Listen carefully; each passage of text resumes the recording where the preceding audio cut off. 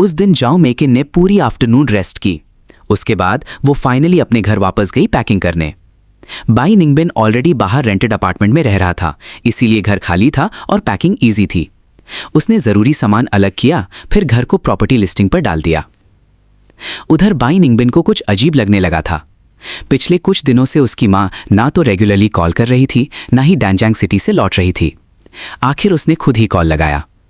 तब जाओ Meakin room 01 में वार्डरोब के सामने कपड़े अरेंज कर रही थी। फोन वाइब्रेशन सुन के वो बेड के पास गई और कॉल रिसीव की। हेलो बेटा, उसने अपनी आवाज़ को नॉर्मल दिखाने की कोशिश की। फोन की दूसरी तरफ बाई निंगबिन इरिटेटेड टोन में बोला, मॉम आखिर चल क्या रहा है? इतने दिन हो गए, तुम अभी तक वापस क्यों नहीं आई? जाओ मेकिन फोन पकड़े विंडो के पास चली गई। उसने बाहर देखते हुए कैजुअली जवाब दिया, अरे क्लाइंट्स बहुत हैं यहाँ, मीटिंग्स लंबी चल रही हैं, थोड़ा और रुकना पड़ेगा। वैसे यहाँ का वेदर भी अच्छा है, थोड़ा घूम भी रही हूँ। घूम रही हो? बाई निंगबिन को डाउट और बढ़ गया। तुम तो नॉर्मली शॉपिंग तक पसंद नहीं करती। मॉम, कहीं तुम रिलेशनशिप में तो नहीं हो? रिसेंटली तुम बहुत सीक्रेटिव बिहेव कर रही हो। ये सुनते ही जाओ मेकिन का दिल जोर से धड़का। उसने तुरंत मना किया, पागल मत बनो, मेरी एज में क्या रिलेशनशिप, बस वर्क बिजी है। पर बाई निंगबिन इजीली मानने वाला नहीं था। अभी बोला घूम रही हो, अब बोल रही हो बिजी हो। उसका टोन सस्पिशियस था। एक्चुअली जाओ मेकिन पहले डिसाइड कर चुकी थी कि वो इवेंचुअली सच बता देगी। आखिर फांग युआन अब बाई निंगबिन की लाइफ का पार्ट तो रहा नहीं। पर जब एक्चुअल मोमेंट सामने आया तो वो फिर भी नर्वस हो गई। उसने जल्दी से कहा, मिलकर बात करेंगे, मुझे अभी काम है, और बिना और कुछ सुने कॉल कट कर दिया। फोन रखते ही उसने गहरी सांस ली। उसकी पाम्स स्वेट से भर चुकी थी। वो विंडो के सहारे खड़ी हो गई। अगर उसे पता चल गया कि मैं क्लाइंट्स के साथ नहीं बल्कि फांग युआन के होमस्टे में रह रही हूँ और परमानेंटली शिफ्ट होने वाली हूँ, तो पता नहीं क्या रिएक्शन होगा। कुछ देर काम होने के बाद वो फिर पैकिंग में लग गई। उसने ऑलमोस्ट पूरा घर शिफ्ट कर दिया। कपड़े, मेकअप, पर्सनल आइटम्स, छोटी चीजें से लेकर सोफा तक। एक मूविंग व्हीकल भी हायर किया गया था। अब रूम 01 इतना भर चुका था कि चलने की जगह मुश्किल से बच रही थी। पर जाओ मेकिन खुश थी। पैकिंग करते करते भी उसके लिप्स पर स्माइल आ जाती। अब रोज उसे देख पाऊंगी, ये सोचकर ही वो खुद को रोक नहीं पा रही थी। दूसरी तरफ फांग युआन की लैंडलॉर्ड जाओची हैंगटाई टाइम्स प्लाजा वाले अपार्टमेंट में उसने पूरा डिनर प्रिपेयर किया हुआ था।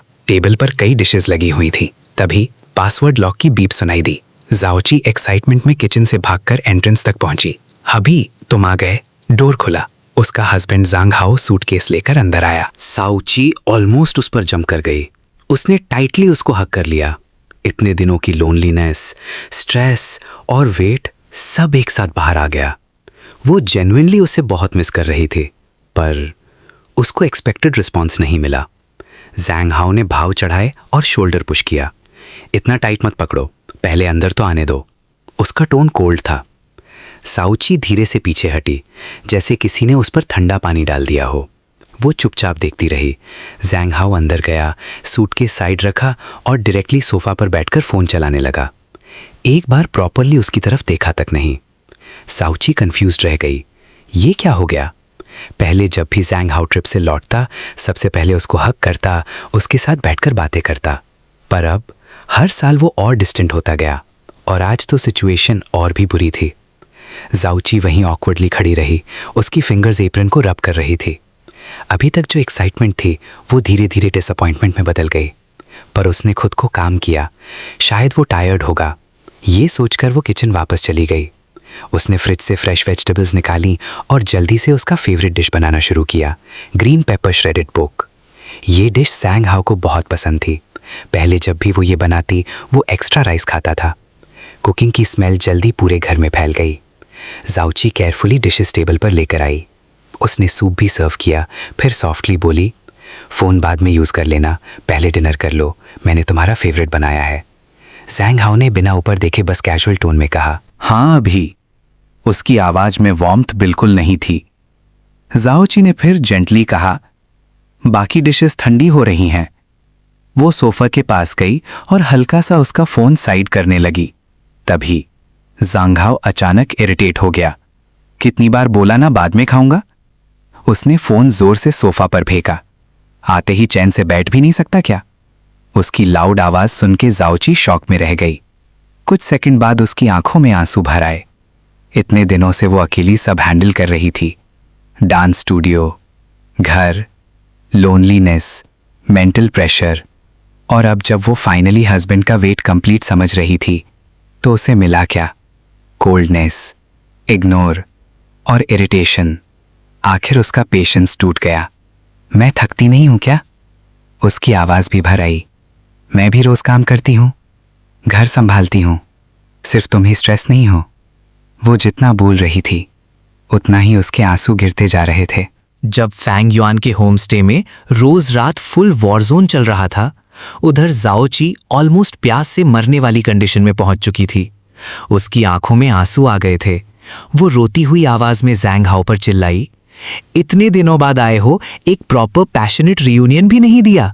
ठीक है, मान लेती हूं तुम थके हुए हो तो पहले डिनर कर लेते, लेकिन घर आने के बाद एक किस तक नहीं दिया तुमने।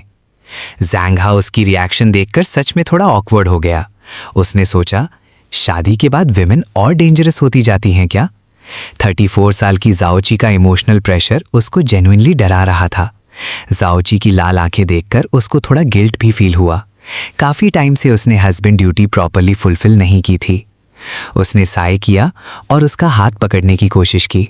सॉरी यार, रात में थोड़ा रेस्ट करने दो, फिर ठीक। जाओची ने हाथ नहीं हटाया, बस मुंह साइड करते हुए आंसू पोंछे।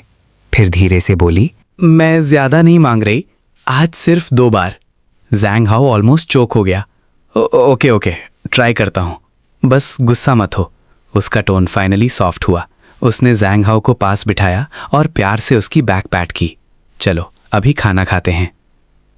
सच बोलो तो ज़ैंग हाओ फाइनेंशियली काफ़ी स्ट्रांग थी। उसके नाम पर 20 से ज़्यादा अपार्टमेंट्स थे। ये हैंगटाई टाइम्स प्लाजा वाला फ्लैट भी उसी का था और ज़ैंग हाओ की करंट जॉब भी ज़ैंग हाओ ने कॉन्टैक्ट्स यूज़ करके दिलवाई थी। सबसे इंपॉर्टेंट, ज़ैंग हाओ रिच फैमिली की ओनली डॉटर थी, इसलिए ज़ैंग हाओ चाहे अंदर से कितना भी बोर या टायर्ड फील करता हो, ऊपर से रिलेशन खराब करने की हिम्मत नहीं करता था। दोनों डिनर टेबल पर आए। ज़ैंग हाओ ने चॉपस्टिक्स उठाई और ग्रीन पेपर शेडेड पोर्क का एक बाइट लिया, फिर हल्की स्माइल दी। वाइफ के हाथ का टेस्ट अभी भी बेस्ट है। ये सुनते ही ज़ैंग हाओ का आधा गुस्सा इंस्टेंटली मेल्ट हो गया। उसने चुपके से स्माइल की। शादी में थोड़ी फाइट्स नॉर्मल होती हैं, उसने खुद को समझाया। रात के 9 बजे जाओची पहले ही नहा चुकी थी। उसने स्पेशली नई नाइट ड्रेस पहनी। सॉफ्ट फैब्रिक उसकी बॉडी को परफेक्टली हक कर रहा था। वो सोफा पर बैठी थी, पैरों पर ब्लैंकेट डाला हुआ था। टीवी चल रहा था पर उसका ध्यान बिल्कुल नहीं था। उसकी नज़र बार बार बाथरूम की तरफ जा रही थी। उधर ज़ैंग हाओ अभी भी फ़ोन स्क्रॉल कर रहा था। आखिर जाओची खुद को रोक नहीं पाई। हबी, तुम भी जल्दी शावर ले लो ना, आज जल्दी सो जाते हैं। ज़ैंग हाओ ने एक बार उसकी तरफ देखा। उसकी नज़र जाओची के बॉडी पर कुछ सेकंड्स रुकी, फिर वो फिर से फ़ोन देखने लगा। हाँ, अभी जा रहा हूँ। वो और कुछ देर फ़ोन चलाता रहा, फिर फाइनली उठकर बाथरूम चला गया। जाओची उसका बैग देखते हुए हल्की एक्साइटमेंट में लिप्स बाइट करने लगी। उसके गालों पर हल्का ब्लश आ गया।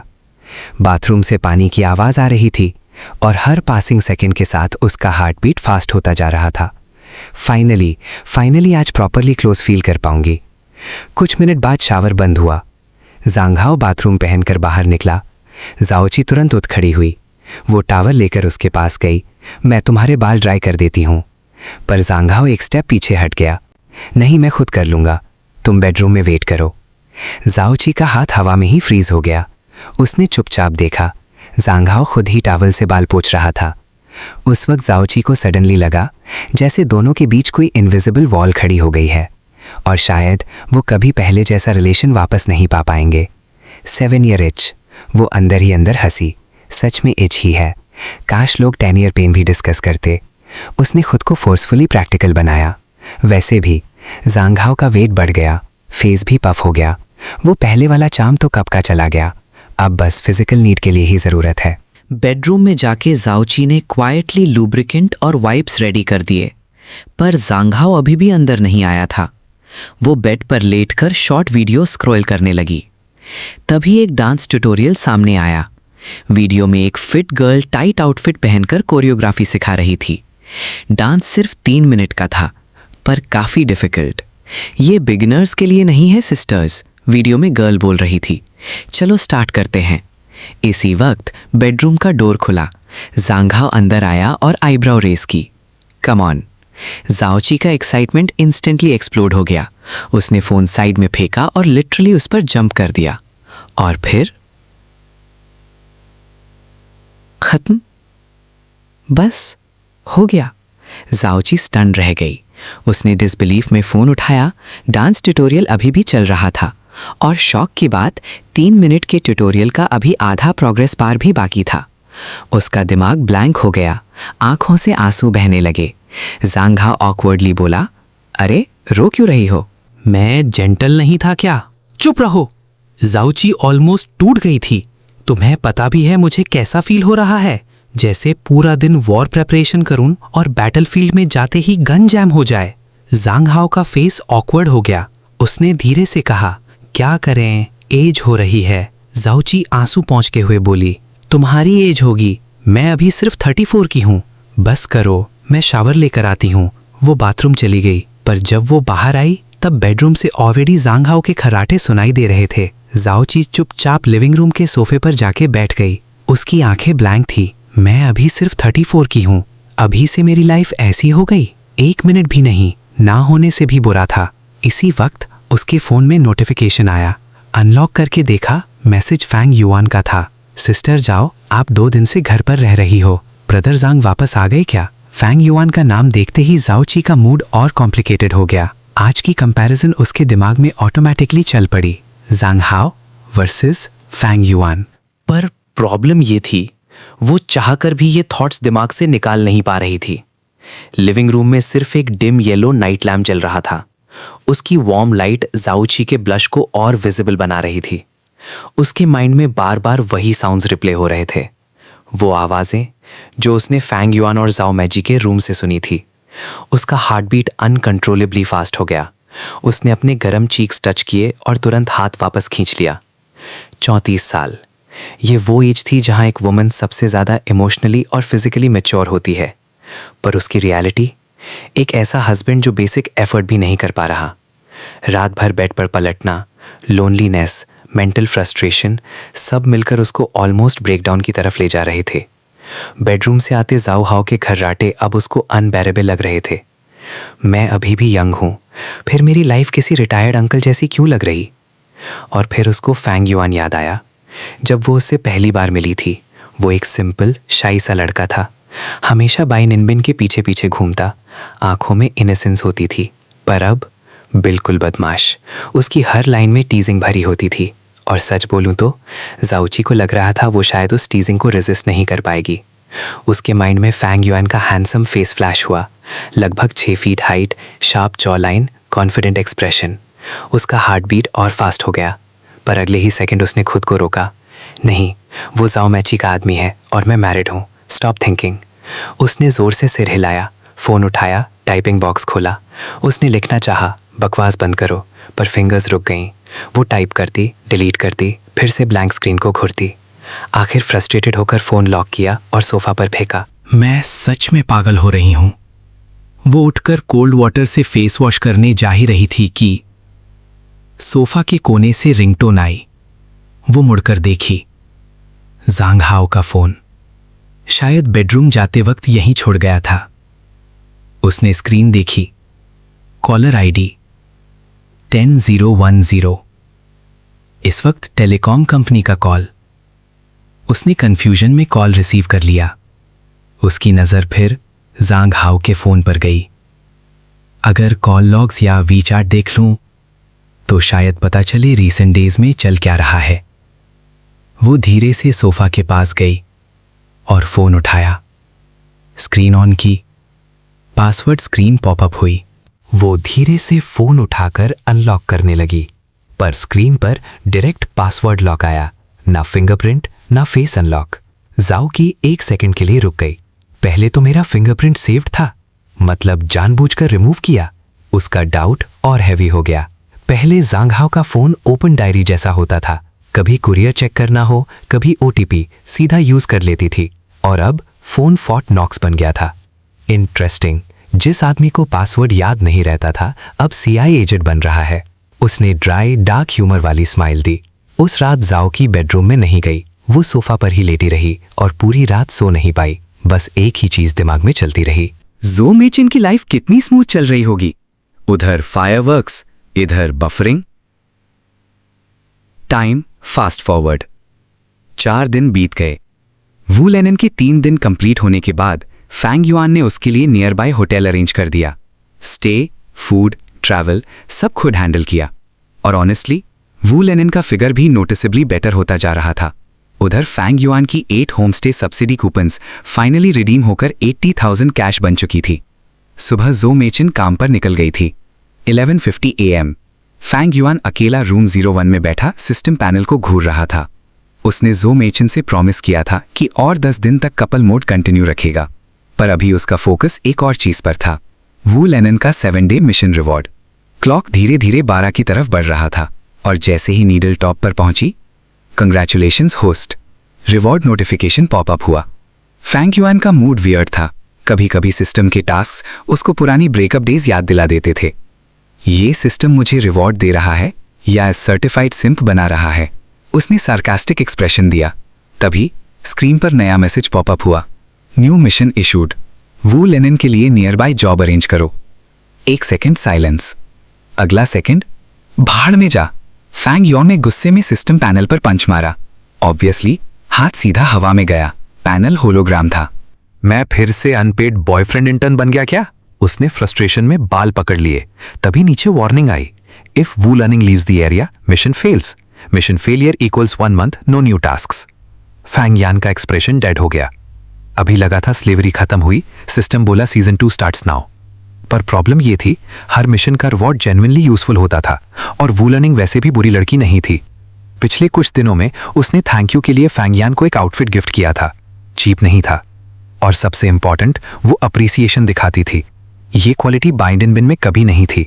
फैंग यान ने साई किया, ठीक है, इन्वेस्टमेंट समझ के कर लेते हैं। उसने रिवॉर्ड पैक ओपन किया। 10 homestay subsidy coupons, 50,000 currency, passive skill true insight आई। ट्रू क्या?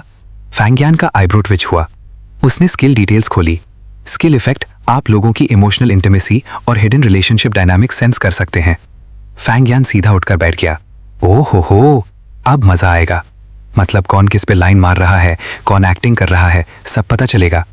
अभी तक सिस्टम को गाली दे रहा था, अब थम्स अप दे रहा था। डेवलपर का मूड आज अच्छा लग रहा है। उसने तुरंत सोचा, ज़ोमेकिन का पास्ट ऑब्जर्व कर सकता हूँ, वो लर्निंग क्या फील करती है वो भी। सिस्टम स्टार्ट हुए अभी आधा महीना भी नहीं हुआ था और ऑलरेडी उसको 2 क्रेजी एबिलिटीज मिल चुकी थी। फ्यूचर में तो मैं वॉकिंग चीट कोड बन जाऊंगा। फिर उसकी नज़र इन्वेंट्री में पड़े 10 सब्सिडी कूपन्स पर गई और वो फिर इरिटेट हो गया। ये कूपन एडिक्शन कब खत्म होगा? सीधा कैश देना इतना मुश्किल है। हर बार गेस्ट लाओ और रिडीम करो। ये होमस्टे बिजनेस कम और मोबाइल गेम ज्यादा लग रहा है। तभी उसके दिमाग में एक और इशू फ्लैश हुआ, क्लीनिंग, बेडशीट्स, गार्बेज, रूम्स का बैटलफील्ड। उसने फोरहेड मसाज किया। क्लीनर हायर करना ही पड़ेगा, पर पहले जो आंटीज इंटरव्यू देने आई थी सब ने मना कर दिया। 200 पर डे में कोई ये काम नहीं करेगा। प्राइवेट क्लीनिंग ऑर्डर से लोग 10K कमा लेते हैं। फैंग युआन सडनली रुक गया। वेट, वू लर्निंग? सिस्टम भी चाहता था वो नियर बाय रहे और होमस्टे को क्लीनर भी चाहिए। दोनों प्रॉब्लम एक शॉट में सॉल्व। उसने जल्दी से कैलकुलेशन की। अगर उसको 10K पर मंथ दूं तो रैंडम क्लीनर से बेटर डील है, प्लस ट्रस्टवर्दी भी है। बस एक इशू था, वू लर्निंग मानेगी कैसे? सीधा बोल नहीं सकता था, हाय प्लीज मेरी होटल की बैटलफील्ड मैनेजर बन जाओ। उसने फोन निकाला और वीचैट ओपन किया। मैसेज टाइप करने ही वाला था कि वू लर्निंग का कॉल आ गया। फैंग युआन ने इंस्टेंटली रिसीव किया। दूसरी साइड उसकी आवाज हल्की उदास थी। मैं आज जा रही हूँ, थैंक्स फॉर एवरीथिंग। सच में तुम्हारे साथ टाइम स्पेंड करके बहुत अच्छा लगा। फैंग युआन अंदर ही अंदर रिलैक्स हुआ। थैंक गॉड कॉल करके बता दिया, अगर साइलेंटली डिसअपियर हो जाती तो मिशन गया था। उसने कैजुअल टोन बनाई। अच्छा, इतनी जल्दी भाग रही हो? वू लर्निंग हल्की हंसी। वेकेशन मोड खत्म, अब रियल लाइफ में वापस जाके जॉब हंट करना है। ये सुनते ही फैंग युआन के दिमाग में लाइट बल्ब चल गया। परफेक्ट, सिस्टम भी खुश, मैं भी खुश, यूनिवर्स भी टीम वर्क कर रहा। उसने एक्साइटमेंट हाइड करते हुए पूछा, कब की टिकट है? 3 बजे। लंच किया? नहीं। तो एक काम करो, मैं ट्रीट देता हूँ। वैसे भी प्रॉपर गुड बाय तो बनता है। वू लर्निंग का मूड इंस्टेंटली बेटर हुआ। ओके, फिर वही नॉर्थ ईस्ट रेस्टोरेंट जहाँ तुमने मुझे गोबावरो खिलाया था। डन। कॉल कट होते ही Fang Yuan almost mission agent की स्पीड में निकला। रेस्टोरेंट में विंडो साइड सीट पर बैठकर वो वेट करने लगा। थोड़ी देर बाद वू लैनिंग अंदर आई, बैकपैक, सूटकेस, सिंपल आउटफिट और चेहरे पर हल्का सैडनेस। वो बैठते ही बोली, सच कहूँ मुझे यहाँ से जाना अच्छा नहीं लग रहा, तुम्हारे साथ काफ़ी फन था। फैंग युआन ने डायरेक्टली टॉपिक एंटर किया, अगर इतना पसंद आया तो रुक जाओ।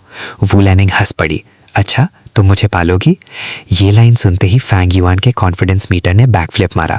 उसने नोटिस किया था वू लैनिंग वैसे भी गोल्ड डिगर टाइप नहीं थी, उसको लग्जरी से ज़्यादा इमोशनल कंफर्ट मैटर करता था और ऑनेस्टली उसको फैंग युआन का एनर्जेटिक पर्सनैलिटी जेन्युइनली पसंद आ रहा था। फैंग युआन ने चेयर पर पीछे लीन किया, फेस पर स्लो स्माइल आई। पालना नहीं, बस एक जॉब ऑफर है, इंटरेस्टेड हो तो सुनो।